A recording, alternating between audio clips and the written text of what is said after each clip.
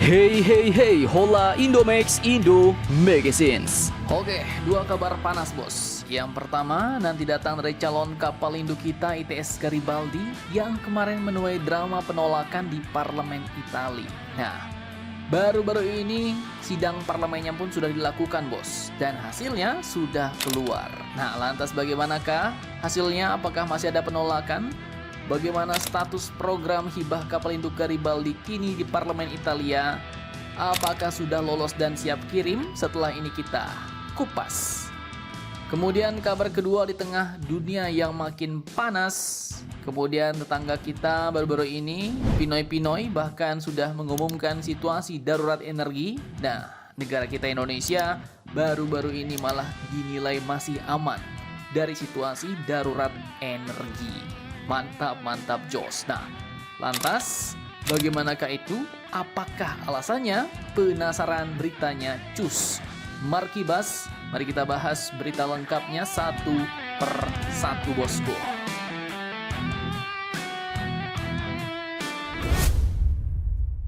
Oke, jadi soal kapal induk yang kemarin sempat nyendat karena drama penolakan di parlemen Italia.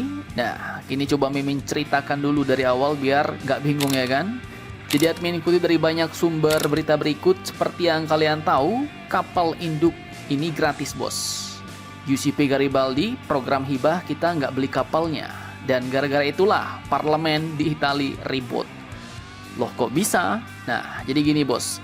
Sejak awal 2026, pemerintah Italia telah mengajukan skema hibah gratis kapal induk legendaris ini ke Indonesia. Dan secara militer, memang ini adalah win-win. Jadi Italia ngelepas beban beratnya, Indonesia dapat platform strategis kapal induk pertamanya bos. Tapi seperti yang kalian tahu, politik itu tidak pernah sesederhana briefing pagi di kelas kalian. Nah, jadi pada sidang Komisi Pertahanan di Senato della Repubblica yang mulai dibahas sejak 10 Maret 2026 kemarin, muncullah suara-suara keras dari kubu oposisi Italia. Tokoh-tokoh penting oposisi seperti Bruno Marton dan Graziano Del Rio terang-terangan bos menolak rencana hibah kapal induk ini ke Indonesia. Masalahnya apa? Pertama, mereka menilai dokumen yang diberikan pemerintah tidak lengkap.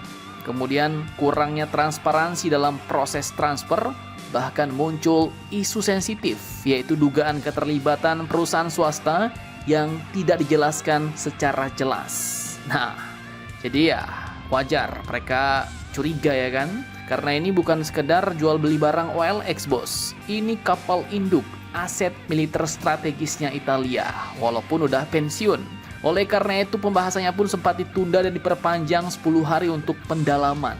Artinya ya ini isu cukup serius di internal Italia. Namun di sisi lain, pihak yang mau menghibahkan yaitu pemerintah Italia tetap santai. Tapi tegas bos, mereka bilang transfer hibah alutsista ke negara sahabat itu hal biasa. Dan tujuannya untuk memperkuat kerjasama militer dan interoperabilitas. Tapi tetap saja yang namanya oposisi ya gak bakal mau mudah terima ya kan. Perdebatan pun makin panas, soalnya yang mau dihibahkan ini bukan barang murah bos. Selain masih mahal, barang ini juga punya sejarah bagi negara Italia sendiri. Dan baru-baru ini hasil sidang di parlemen Italia pun kabarnya sudah kelar bos. Dan kini pertanyaannya, apakah drama politik ini akan menggagalkan mimpi Indonesia untuk punya kapal induk? Atau justru semua ini cuma bumbu parlemen sebelum palu keputusan diketok? Simak videonya sampai habis bosku.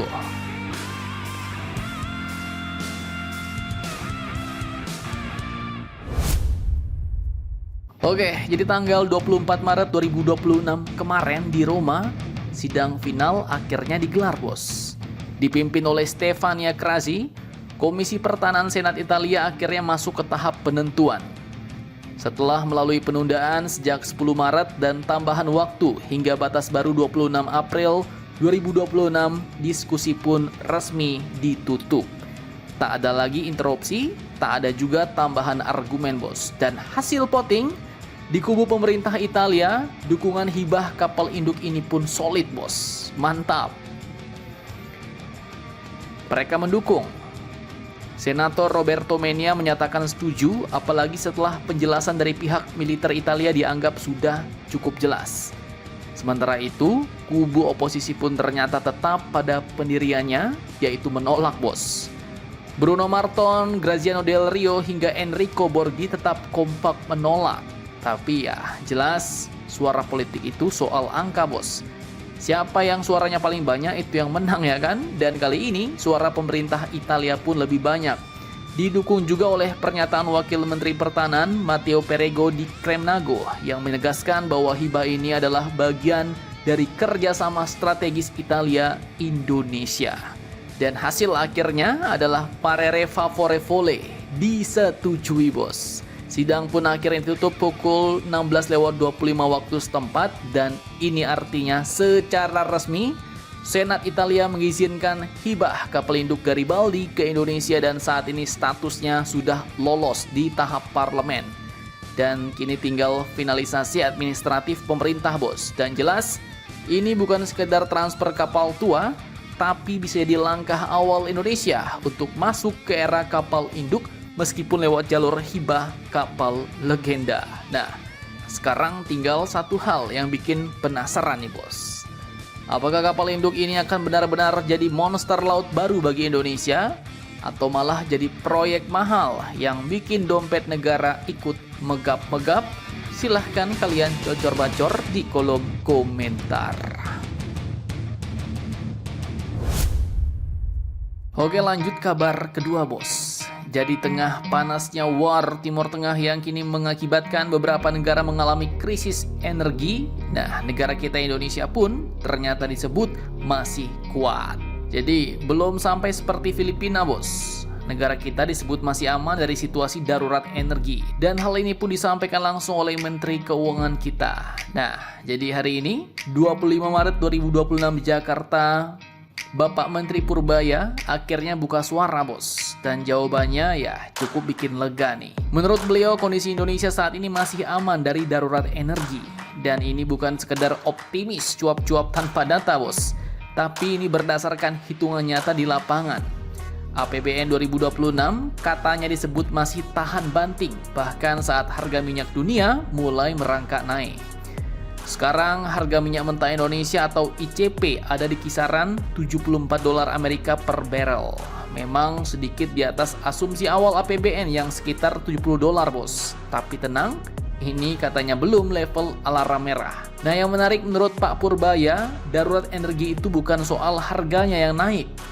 Jadi kalau BBM naik dikit ya itu belum kiamat lah. Yang bahaya itu katanya kalau suplai energi tiba-tiba hilang. Jadi ibaratnya bukan mahalnya bensin, tapi SPBU-nya yang kosong. Nah, itu yang bahaya, bos. Dan sejauh ini katanya pasokan energi Indonesia masih aman terkendali. Pemerintah pun kini memilih untuk tidak gegabah, bos. Subsidi BBM masih aman, APBN belum perlu diutak-atik, semua masih dipantau ketat sambil melihat perkembangan konflik global. Jadi kesimpulannya, di saat dunia mulai panas, Indonesia kini masih cukup adem ayem, bos. Tapi kalian jangan lengah. Admin sarankan kita juga tetap siaga, bos. Jadi jaga-jaga, jangan boros-boros, lakukan penghematan, mau BBM mau apapun itu hemat-hemat aja, bos. Karena di dunia geopolitik, situasi seperti saat ini bisa berubah secepat kilat. Ngeri-ngeri tak sedap. Nah, jadi bagaimana menurut kalian tentang hal ini? Jangan lupa komentar, tetaplah kalian barbar dan jangan santuy terus demi Indonesia tangguh. Salam Indomax Indo Magazines.